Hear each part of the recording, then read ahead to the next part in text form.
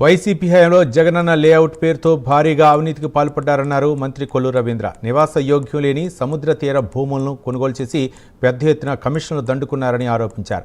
జగన్ హయాంలో నివాస యోగ్యం లేని స్థలాలను పేదలకు కేటాయించారని, ప్రజలకు కనీస సౌకర్యాలు కూడా కల్పించలేదన్నారు. వైసీపీ హయాంలో మచిలీపట్నంలోని కరగ్రహారం గ్రామంలో జగనన్న కాలనీని ఏర్పాటు చేసిందని, 300 ఎకరాల్లో జగనన్న లేఅవుట్లు ఏర్పాటు చేసి 16,000 ఇళ్ల స్థలాలు కేటాయించిందని అన్నారు. కనీస సౌకర్యాలు లేకపోవడంతో ఇళ్ల నిర్మాణాలకు లబ్ధిదారులు ముందుకు రావడం లేదన్నారు. ఇవాళ ఆ కాలనీలో పర్యటించి వసతులు సౌకర్యాలను మంత్రి కొల్లు రవీంద్ర పరిశీలించారు. స్కీమ్ కింద కరగ్రహారంలో ఏరియాని ఎంపిక చేయడం జరిగింది. కానీ బెనిఫిషియరీ ఐడెంటిఫికేషన్లో కానీ, ఇక్కడ ప్లాటింగ్లో కానీ, ఇక్కడ కనీసం మినిమం వసతులు కల్పించడంలో గత ప్రభుత్వం పూర్తిగా ఫెయిల్ అయింది.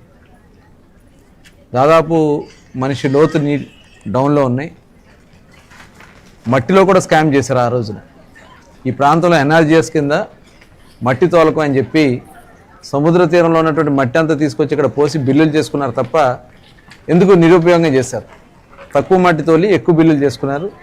ఆల్రెడీ దాని మీద ఎంక్వైరీ కూడా జరుగుతూ ఉంది. అయితే కొంతమంది ఇక్కడ ఇల్లు కట్టుకున్నారు, కానీ కొంతమంది బేస్మెంట్ లెవెల్లో ఉన్నాయి, కొంతమంది రూఫ్ లెవెల్కి వచ్చారు, లింటల్ లెవెల్కి వచ్చారు, కొంతమంది పైన స్లాబ్ కూడా వేసుకున్నారు. అవన్నీ కూడా చాలా తక్కువ నెంబర్స్ ఉన్నారు. అంటే కంప్లీట్ అయినాయి కేవలం 804, 15,999 ఫ్లాట్లకు గాను కేవలం కంప్లీట్ అయిన 800.